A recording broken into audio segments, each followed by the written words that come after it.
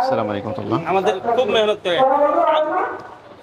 আমরা খুবই দুঃখের সাথে জানাচ্ছি এখানে কিছু ভাই ডাবলু ভাই, আছেন যারা আশরাফ ভাই, ওই যে যার মসজিদে খ্রিস্টান গেলাম ধর্মের আমরা পরে খ্রিস্টান হয়ে জামাত গিয়েছিলেন। নিয়ে, কাজী সাহেবের জামাত নিয়ে, আলহামদুলিল্লাহ, তারা শুকরিয়া মোত্তাকি পরবর্তীতে তারা এলাকা থেকে পালাইলো, তাকে খুঁজে পাওয়া গেল দাওয়াতের না। মেহনতের মাধ্যমে এরা ফজরের ডাক্তারের ভাই, আবার ফিরে হ্যাঁ আসছে। ফজরের ডাক্তারের ওই ভাই। ভাইদের কিছু কথা আমি আপনাদের শোনানোর জন্য আজকে এই ভিডিওটি করছি। আমরা কিন্তু খ্রিস্টানদের টাকা আছে, পয়সা আছে, আমাদের টাকা নাই, পয়সা নাই, আমাদের সাথে আল্লাহ আছে। আমাদের টাকা পয়সা আছে। আল্লাহ যদি আমাদের সঙ্গে থাকে, তাহলে আমাদের টাকা আছে। আল্লাহ যার হয়ে যায় তাদের সব হয়ে যাবে। এই ফজরের ডাক্তারকে আমি নিজে গেছি, ভাইজান গেছে, আমরা গেছি।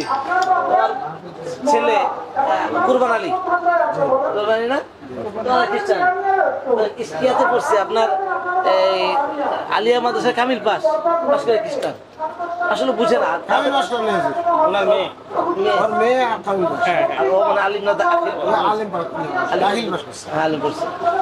তো এই যে তারা খ্রিস্টান হয়ে যাচ্ছে, কিন্তু ওদের মধ্যে কিছু নাই যে খ্রিস্টান। আমি তো তার সাথে কথা বলেছি, ওদের কাছে বাইবেলও ভালো করে বোঝে না, খ্রিস্টানদের ইঞ্জিল কি জানে না, ভুলভাল বুঝে ওইটাকে তারা মানুষকে সত্য কথা মনে করে। ভালো কোনো পয়েন্টের দলে সে তার পারেন। আচ্ছা বলেন, তাহলে আমরা আপনার কথা শুনি। বিশ্ববিখ্যাত দায়ী মাওলানা কালিম সিদ্দিকী দামাত বরকাতুহুম ও তার সিনাদ ওয়া খলিফা মত জুবাইর আহমদ রচিত অমুসলিমের দাওয়া বিষয়ক 2450 টাকা মূল্যের 26টি বই অফার মূল্যে মাত্র 990 টাকা। বিস্তারিত জানতে 017984180। মাশাআল্লাহ। আমরা এই হজরত যে মুসলমান হয়ে আবার খ্রিস্টানে ঢুকছে, মুসলমান হয়েছিল, এই হুজুর সাহেব মুসলমান তৈরি করছে, কিছুদিন থাকার পর আবার খ্রিস্টানে ঢুকছে বর্তমানে। ওই হজরত সহ আমরা একদিন আজাদ ফকির সিট পাইকার ছড়া আজাদ ফকির সহ একদিন বসলাম। যে আজাদ ফকিরকে বললাম যে তুমি তো খ্রিস্টানে গেছো, তো ওইখানে কি আরো লোকজন নেয়? বলে কে তোমরা কি যাবা? আমরা তো যাইতে চাই না, ওখানে এখন কিরকম আল্লাহ বিষয় কি আছে না আছে সেটা তো আমরা এখনো জানি না। তো তখন আমাদের একটা ছোট বই দিল, বেহেশতের আলো, সেই বইটার নাম। তো বইটা আমরা পড়লাম, পড়ে আমাদের জ্ঞানে যা কিছু বুঝছি তা তো ওর ভিতরে আমরা বিশেষ কিছু খারাপ দেখিনি। তো তারপরে আজাদ ভাই বলল যে বইটা পড়লা কিরকম হলো? যে বইটা তো মোটামুটি ভালোই আছে, তাহলে তো পয়লা আমার সঙ্গে আসো। তখন আমাদেরকে নিয়ে গেল কুড়িগ্রাম ইয়ার বাড়ি, কাউনিয়া, জগদীশের ওইখানে, জি প্রশিক্ষণ সেন্টারে। তো ওইখানে গেলে পরে আমাদের ওই কিতাবুল মুকাদ্দাস, ইনজিল শরীফ, ওই সমস্ত বই টই দিল।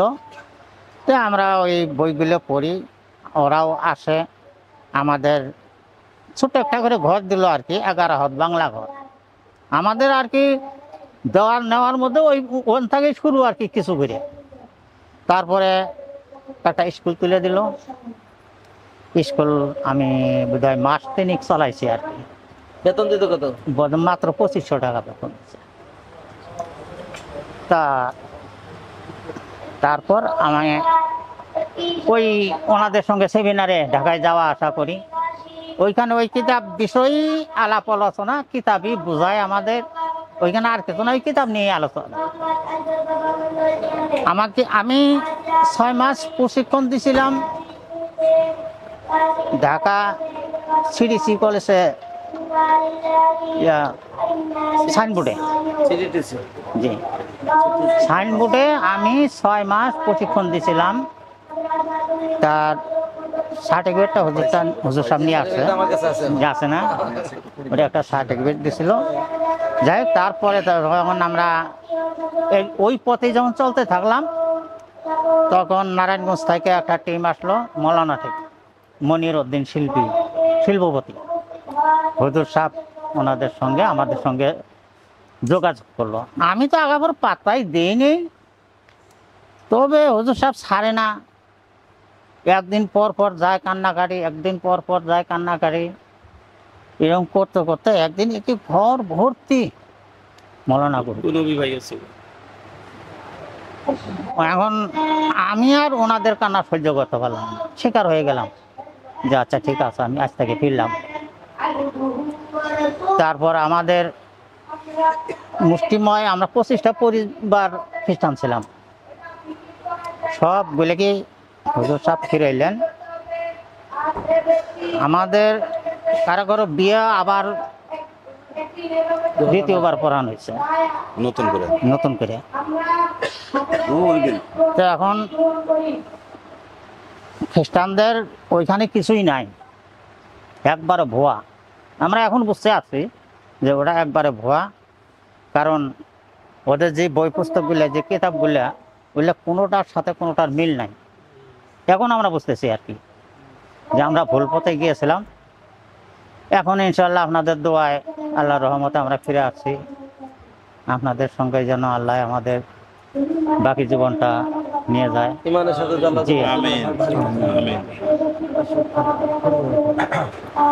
আপনি যাদেরকে চিনেন, আপনার পরিচিত যারা গিয়েছে ওইখানে, তো তাদেরকে ফিরে আনার চেষ্টা করতেছেন ইনশাল্লাহ? অনেকে তো ফিরে আসছে। হ্যাঁ, ওরা সব করছে। উনি যেটা বলছেন, উনি যেদিন কালিমা পড়েন উনি বলছেন হুজুর আমাকে একটু সময় দেন। কি করবেন? হুজুর আমার হাতে যারা খ্রিস্টান হয়েছে এখন তো দায়িত্ব আমার, আমি তাদেরকে ফেরানোর জন্য প্রাণপণ চেষ্টা করব। একটা শব্দ বলছিলেন আমার কাছে খুব ভালো লাগছে, বলে হুজুর এদেরকে না ফেরানো পর্যন্ত যেন আমার মৃত্যু না হয়। ওই দিনের ওই কথাটা আমার খুব দিলে লাগছে। আল্লাহ কবুল। জাযাকুমুল্লাহ। আমরা দোয়া করি আপনার জন্য, আল্লাহ যেন আপনাকে তাদের সবাইকে, এখনো বাকি আছে কিছু না, বাকি আর নাই। আমরা তাহলে আরেকজন কার কাছ শুনতে পারি। সুন্দর আব্দুর রশিদ ভাই কিছু বলবেন? আমি তো মেলা কিছু বলছি, তারপরে একটু বলেন, শোনেন, উম্মতের ফায়দার জন্য, আমরা- এই জাতির ফায়দার জন্য বলবেন। আমি প্রথমে এই খ্রিস্টান বিরোধী ছিলাম। 88-90 সালে আমি জিহাদ করেছি। আমি তখন স্কুলের ছাত্র। আমাদের ভুরুঙ্গামারীতে উপজেলা চেয়ারম্যান ছিলেন শামসুল হক চৌধুরী। ওনার নেতৃত্বে এই মিছিলের সামনে আগে আমি ছিলাম, সাইনবোর্ড আমার কাছেই ছিল, ব্যানার, এবং এই জ্বালাও পোড়াও এইগুলি পিছনে আমিও ছিলাম। তারপরে কেমন করে আমাকে এমনভাবে জড়ায় ধরল অভাব আর জ্ঞানের পিপাসু।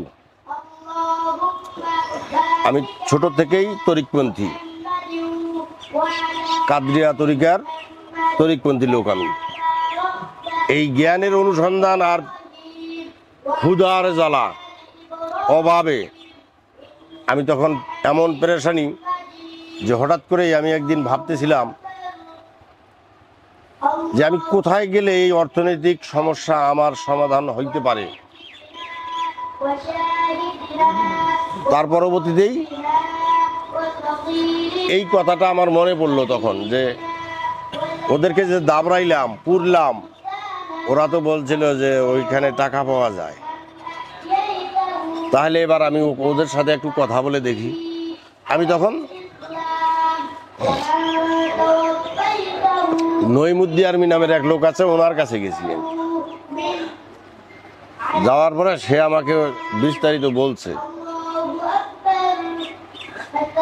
বলার পরে ওই যে আমাদের আশরাফুল আলম ডাবলু সাহেবের যে জ্যাঠাতো ভাই ফজর আলী, ওনার কাছে কিন্তু আমি এই কোরআন থেকে অনেক শিক্ষা লাভ করেছি।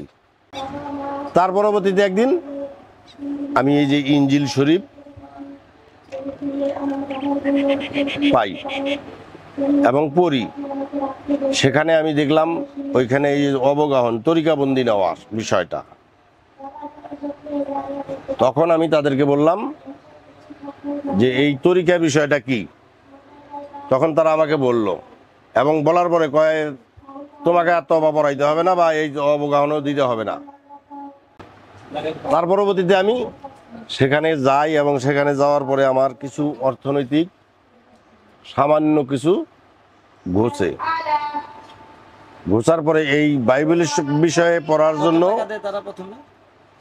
না, প্রথমে আমাকে যে টাকাটা দিছে সেটা খুবই সীমিত আকারে দিছে, মানে ওটা মাসিক কোনো ইয়া না, আমাকে এমনি, হ্যাঁ, মানে অর্থনৈতিক অভাব ঘোষানোর জন্য আমাকে প্রথমে, আমি ওখান থেকে যেটা সামান্য অর্থ পেয়েছি, আমার অভাব মোচনের জন্য তারা আমাকে 10,000 টাকা দিয়েছিল প্রথমে, যে এটা দিয়ে আপাতত তুমি। তার পরবর্তীতে 6 মাস অতিবাহিত হয়ে গেল। এদের সাথে আর আমার ইয়া হলো না, মানে এরা আমাকে আর মাসিক কোনো সাপোর্ট দিচ্ছে না বা কোনো সহযোগিতা করতেছে না। হুট করেই গোপালগঞ্জের এক লোকের সাথে মোবাইলে তখন কথা হলো, ওর নাম শেখ শাহাদত। পরে উনি বললো যে আপনি চলে আসেন। কোথায় যাব? যে গোপালগঞ্জ চলে আসেন। আমি গোপালগঞ্জে গেছি, যাওয়ার পরে উনি আমাকে বললো যে চলো। উনি আমাকে নিয়ে আসলো আবার ঢাকায়। ঢাকায় নিয়ে আসার পরে 2 দিন ওনার সাথে আমি থাকি। আসার সময় উনি আমাকে 20,000 টাকা দিল, দিয়ে বললো আপাতত যাও, চলে যাও। এখন ওখানে আর খ্রিস্টানেরও আলাপ না, মুসলমানেরও আলাপ না, কোনো আলাপ টালাপ না। আমি চলে আসলাম, কোন জায়গা? বাড়ি চলে আসলাম। কোন জায়গা? ঢাকায় উত্তরায়। বাংলা বাজার উত্তরে। না, বাংলা বাজার না, উত্তরায় ওনার বাসা ওটা, কিন্তু আমি তো আর ওইভাবে জানি না, কিন্তু ওনার বাসা ওইখান থেকে আমি চলে আসলাম। আসার পরে এই যে আমার অভাব একটু করে ইয়া হইতেছে, আমি এদিকে আমার লেখাপড়া, সেই সাথে আমার সংসার, আমি খুব কষ্টে আমার এই ডিপ্লোমা করা। এক সময় ওদের একটা সুযোগ আসলো, সেখানে আমার ডাকা হলো, আমাকে পরীক্ষা নিল। আমি তখন কিন্তু নিয়মিত ওই কোরআন শরীফ, ইনজিল শরীফ এইগুলি পাঠ করতাম। তো ওদের পরীক্ষায় আমি পাশ করলাম। পাশ করার পরে তারা আমাকে একটা দায়িত্ব দিল যে তুমি আপাতত তোমার এলাকায় থাকো, কাজ কয় না, কোনো কাজ টাজ দরকার নেই, তুমি আপাতত চর্চা করতে থাকো। তখন আমার মাসিক স্যালারি দিল ওরা 5,000 টাকা। এইভাবে ইয়া করতে করতে টোটালে আমি 35,000 টাকা পর্যন্ত মাসিক স্যালারি পৌঁছেছিলাম। তার পরবর্তীতে ওই যে আমার যে ঘরটা দেখেন আপনারা, এই ঘরটা কিন্তু আমার এই মিটিংয়ে আমি ওনাদের কাছে আমার একটা ইয়া চায়া বসলাম, একটা প্রজেক্ট চায়া বসলাম যে আমার অর্থনৈতিক এইভাবে আমার চলবে না, আমাকে একটা প্রজেক্ট দেন যেন আমি ওখান থেকে উৎপাদন করে আমি চলতে পারি। সেটা গরুর প্রজেক্ট। আমি একটা গরুর প্রজেক্ট চাইছিলাম। তারা আমাকে ইয়াটাও বললো যে কয়টা গরু, কতটুকু ঘর, কি সমাচার। তখন আমি বলছি যে আমার 10টা গরুর একটা প্রজেক্ট দেন।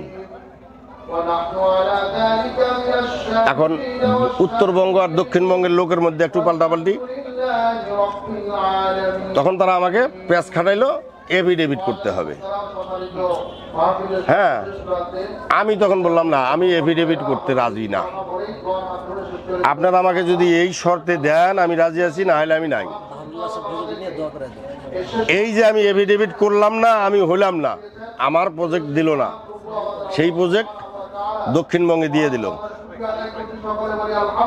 দক্ষিণবঙ্গে দিয়ে দিল, খ্রিস্টান ধর্মের উপর এফিডেভিট করতে বলছে। আমি কিন্তু সেই এফিডেভিট করিও নাই। এ কথাটা কিন্তু সেদিনও বলছি যে আমি এফিডেভিট করবো না, আমি খ্রিস্টান হবো না। আমি ওখান থেকে সরে আসলাম, যার জন্য আমার এই গরুর প্রজেক্ট আর আমি পাই নাই। আল্লাহ সুবহানাহু ওয়া তাআলা আমাদেরকে বড় নিয়ামত দান করেছেন, যে ইমানের মতো বড় নিয়ামত। আলহামদুলিল্লাহ আলা নি'মাতিল ঈমান। যে আল্লাহ সুবহানাহু ঈমান, সবচেয়ে দামি জিনিস হলো ঈমান। সবচেয়ে দামি জিনিস কি? তো আমরা হয়তো ভুল বুঝছিলাম, ভুল বোঝানো হয়েছে, বা আমরা ভুলে চলে গেছিলাম। অনেক ভাই এখনো ভুলের উপর আছে, হয়তো তারা বুঝে না, আবার তারা ফিরে আসছে। কিন্তু আল্লাহ আমাদেরকে বুঝ দান করেছেন। এর জন্য আপনাদের প্রতি আমার আবেদন হলো যে আমরা মত পর্যন্ত ইমানের সাথে মরবো ইনশাআল্লাহ। আমার কয়েকটা দিন, মানুষের হায়াত মত অল্প কয়েকদিনের দিন। 60 বছর গড় আয়ু, আমাদের অনেকে 50-60 বছরের কাছাকাছি হয়ে গেছে। তাহলে এই গড় আয়ু 60 বছর যদি হয়, তাহলে আপনার ওভার টাইমে আছে অনেকেই। তাহলে কখন যেন মত হয়ে যায় জানি না, বাকি ইমানের সাথে যেন মরতে পারি ইনশাল্লাহ। এই জন্য আমরা ইমান নিয়ে যাওয়ার চেষ্টা করবো ইনশাল্লাহ। আর বাকি যারা দায়ী ভাইরা আছে, আমরা সকালেই যারা ইমান আনে নাই, সাহাবায়ে কেরামের কাজ কি ছিল?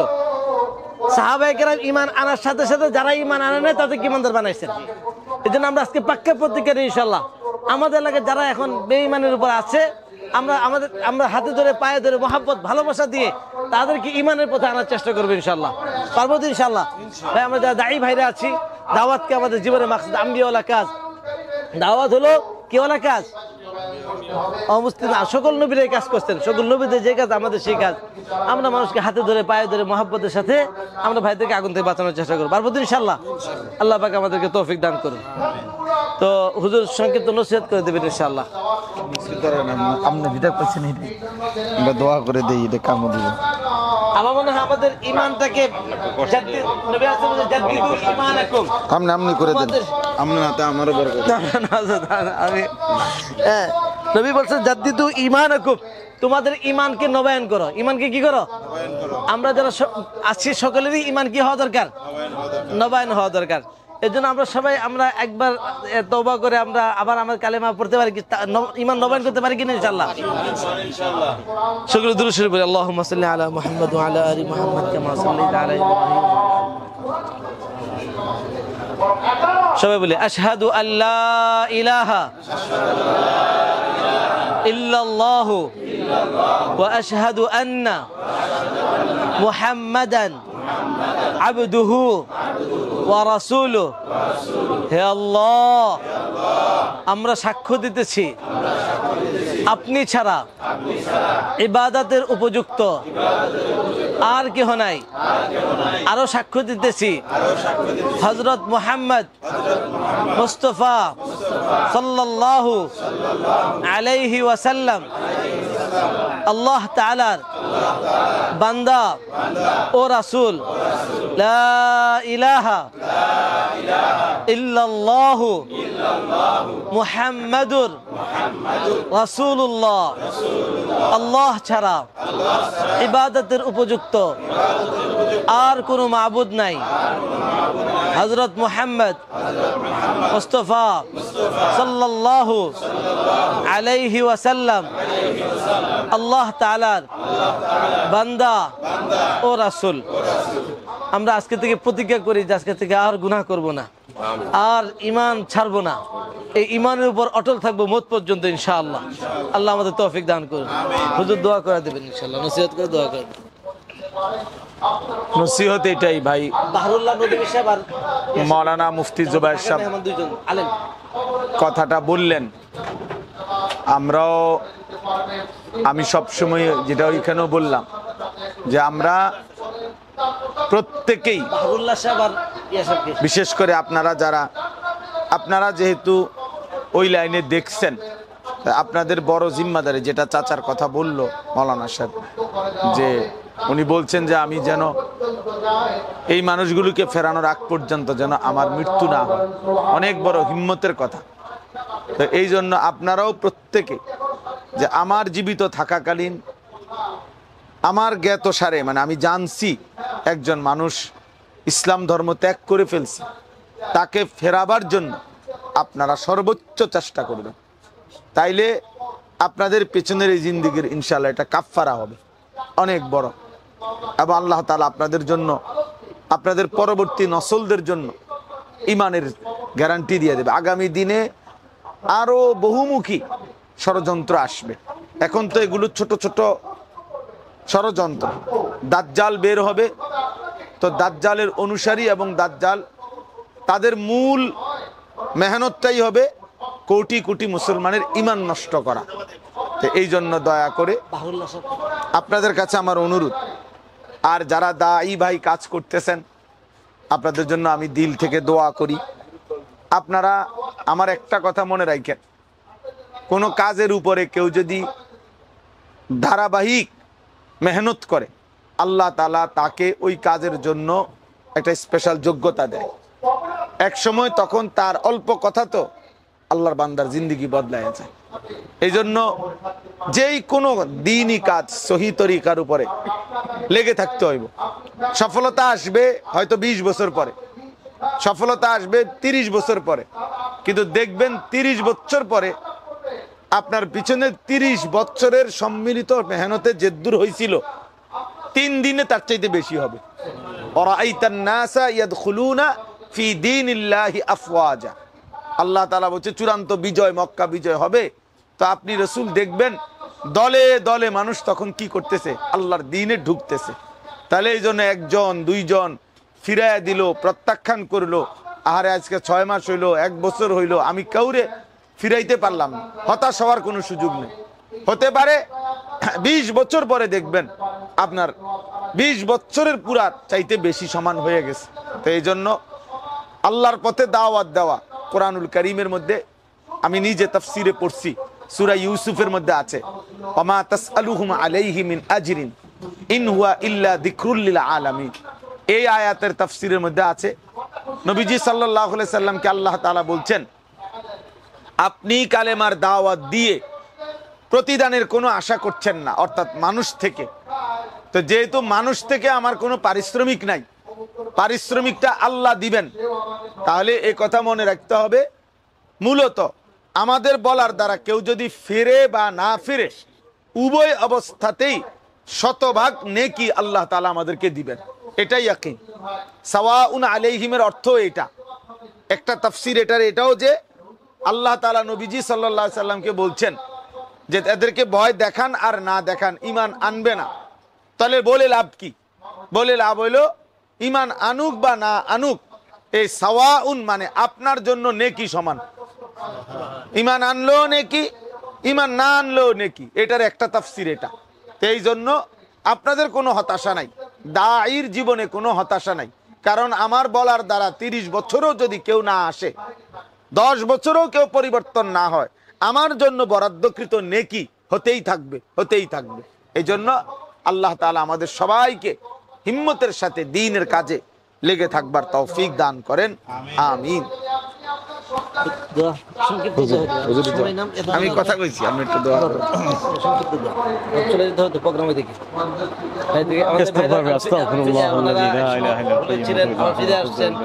আল্লাহ ওনাদেরকে ঈমানের উপরে ইস্তেকামাত দান করেন, ভাইদের সবাইকে ঈমানের উপরে ইস্তেকামাত দান করেন। اللهم صل على محمد وعلى آل محمد كما صليت على إبراهيم وعلى آل إبراهيم إنك حميد مجيد. اللهم بارك على محمد وعلى آل محمد كما باركت على إبراهيم وعلى آل إبراهيم إنك الحمد لله الذي هدانا لهذا وما كنا لنهتدي لولا أن هدانا الله لقد جاءت ربنا بالحق ربنا فاغفر لنا ذنوبنا وكفر عنا سيئاتنا وتوفنا مع الأبرار يا مقلب القلوب ثبت قلوبنا على دينك يا مصرف القلوب صرف قلوبنا على طاعتك ইয়া আল্লাহ আমাদের ইসলামী জীবনকে আপনি কবুল করুন ইয়া আল্লাহ। ইয়া আল্লাহ দ্বীনের উপরে ইস্তেকামত নসিব করুন ইয়া আল্লাহ। দ্বীনের উপরে ইসলামের উপরে অটল অবিচল থাকার তৌফিক দান করুন। ইয়া মুকাল্লিবাল কুলুব সাররিফ কুলুবানা আলা তাআতিক। ইয়া আল্লাহ সমস্ত ফিতনা ফাসাদ থেকে আমাদের হেফাজত করুন ইয়া আল্লাহ। আমার দ্বীনকে ঈমানকে আমাদের দেশকে আপনি হেফাজত করুন ইয়া আল্লাহ। আমাদের সবাইকে আপনি কবুল করে নিন ইয়া আল্লাহ। অভাবের অভাব দূর করে দিন ইয়া আল্লাহ। যারা বিমার অসুস্থ পড়তে পড়ে শিফা কামা দান করুন ইয়া আল্লাহ। প্রত্যেকের মনের যাবতীয় নেক আশা আপনার পুরা করে দিন ইয়া আল্লাহ। রব্বানা তাকাব্বাল মিন্না ইন্নাকা আনতাস সামিউল আলিম ওয়া তুব আলাইনা ইন্নাকা আনতাত তাওয়াবুর রহিম। সুবহান রাব্বিকা রাব্বিল ইজ্জাতি আম্মা ইয়াসিফুন ওয়া সালামুন আলাল মুরসালিন ওয়ালহামদুলিল্লাহি রাব্বিল আলামিন। সব কিছু ছেড়ে আমার